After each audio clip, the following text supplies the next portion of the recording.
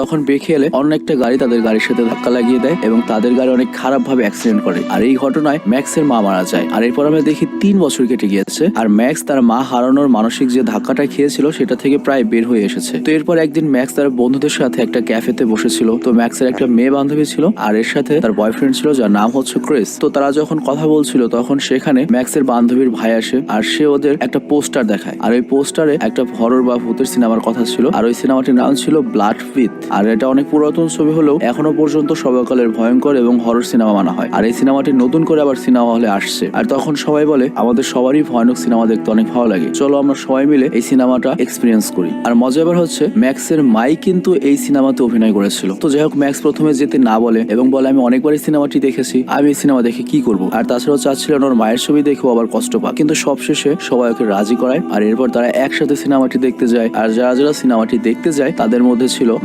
ম্যাক্সের boyfriend Chris, ম্যাক্সের মেয়ে বান্ধবী আর ম্যাক্সের মেয়ে বান্ধবীর ওই ভাই। আর এর সাথে ম্যাক্সের অনেক পুরাতন একটা বন্ধু ছিল। তো এরপর সিনেমাটি শুরু হয় আর সিনেমার হলটি মানুষ দিয়ে ভর্তি ছিল। তো সবাই এই ছবিটি দেখার জন্য খুবই উত্তেজিত ছিল। তো এরপর ফাইনালি ছবিটি শুরু হয়ে যায় এবং সবাই সেটি দেখতে ব্যস্ত ছিল। তো ছবিটি তারা যখন উপভোগ করছিল তখন একটা লোক যে কিনা মদ খাচ্ছিল তার হাত থেকে মদের বোতলটি হঠাৎ করে পড়ে যায়। আর মদের বোতলটি গড়াতে গড়াতে সেখান থেকে অ্যালকোহল বের হয়ে ফ্লোরের উপর ছড়াতে থাকে আর তারপর একটা পর্দায় গিয়ে লেগে যায়। কিন্তু সবাই সিনেমাতে এত ব্যস্ত ছিল যে কেউ এটা বুঝতে পারেনি। তো এরপর সেখানে একটা লোক ধূমপান করছিল আর তার সিগারেটের আগুন সেই অ্যালকোহলের উপরে পড়ে। আর অ্যালকোহল কিন্তু খুবই তাক্ষ, মানে আগুন ধরে। তো সেখানে মুহূর্তে আগুন লেগে যায় আর পুরো সিনেমা হলে তখন হইচই লেগে যায়। আর এটা দেখে ম্যাক্স অনেক চিন্তিত হয়ে পড়ে। তো ম্যাক্স সেখানে একটা চাকু দেখতে পায় আর বাইরে বের হওয়ার কোনো রাস্তা দেখতে পাচ্ছিল না। আর এর জন্য ম্যাক্স চাকু দিয়ে ওই সিনেমা হলে পর্দায় যে সিনেমাটি চলছিল সেই পর্দাটা কেটে দেয় আর তারপর সেখান থেকে সবাই বেরিয়ে যায়। কিন্তু ওরা যখন পর্দার ওপাশে যায় তখন সবাই অজ্ঞান হয়ে যায়। আর এরপর তাদের যখন জ্ঞান ফিরে আসে তখন তারা সবাই নিজেদেরকে একটা জঙ্গলের ভিতর দেখতে পায় এবং তারা কিছুই বুঝতে পারে না তারা কোথায় রয়েছে এবং এদিক ওদিক যাওয়া শুরু করে। আর এরপর সেখানে একটা গাড়ি আসে আর সেই গাড়িতে একটা মেয়ে এবং একটা ছেলে ছিল।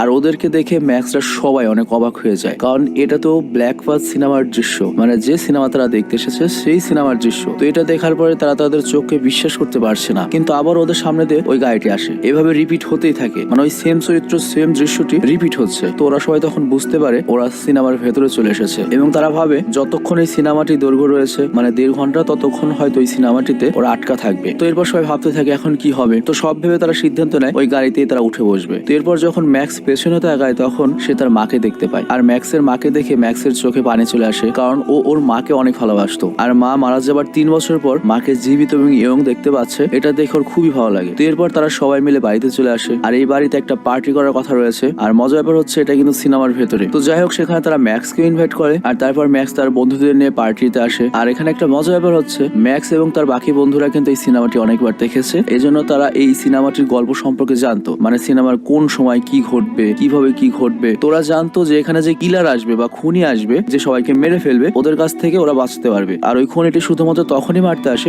যখন সবাই একসাথে থাকে, মানে সবাই যখন পার্টিতে থাকে তখন মারবে। তো এরপর তারা সবাই জঙ্গলের দিকে যায় আর সেখানে একটা কাপল দেখতে পায় এবং তারা একসাথে ছিল। আর তখনই সেই খুনি চলে আসে এবং ওদেরকে মেরে ফেলে। তো ওদের চোখের সামনে এটা হচ্ছে, ওরা ভাবে এটা তো সিনেমার অংশ, এগুলো সবকিছু নকল। ওরা নিশ্চিন্ত ছিল ওই খুনিটি ওদের হয়তো দেখতেই পারবে না কিংবা ওদের কোনো ক্ষতিই করবে না, কারণ এই সিনেমাতে তো ওদের চরিত্রই নেই। তোরা সবাই এটা নিয়ে চিল ছিল, চোখের সামনে লাইভ সিনেমা দেখছিল। তো এটা ভেবে নায়িকার বান্ধবীর ভাই যখন এগিয়ে যায় তখন আমরা দেখি ওই খুনিটি নায়িকার বান্ধবীর ভাইকে চাকু দিয়ে মেরে ফেলে। এটা দেখে সবার ধারণা ভুল প্রমাণিত হয় এবং তারা বুঝতে পারে সিনেমাতে তারা যেহেতু ঢুকে ফেলেছে এই সিনেমার ওই খুনি ওদেরও মারতে পারবে। তো এখন ওরা 4 জন বেঁচে রয়েছে, মানে ম্যাক্স, ক্রিস আর তাদের 2 জন মেয়ে বান্ধবী। তো এরপর তারা পালিয়ে সেই বাড়িতে চলে আসে যেখানে সিনেমার মূল চরিত্ররা রয়েছে। তো ম্যাক্স তার মেয়ে বান্ধবীকে বোঝায় আমরা কাউকেই হারাতে দেবো না, মানে কাউকেই মরতে দেবো না এবং আমরা কেউ এক জায়গায় থাকবো না। তো ওরা যেটা করে এই সিনেমার যে চরিত্রগুলো রয়েছে এক একজন এক এক চরিত্রের কাছে যায়। আর তারপর আমরা দেখি কালো জামা পরা একটা মেয়ে সেখানে আসে আর এটা হচ্ছে সেই মেয়ে যে কিনা এই সিনেমাতে সর্বশেষে বেঁচে গিয়েছিল, মানে খুনির হাত থেকে লাস্টে বেঁচে গিয়েছিল।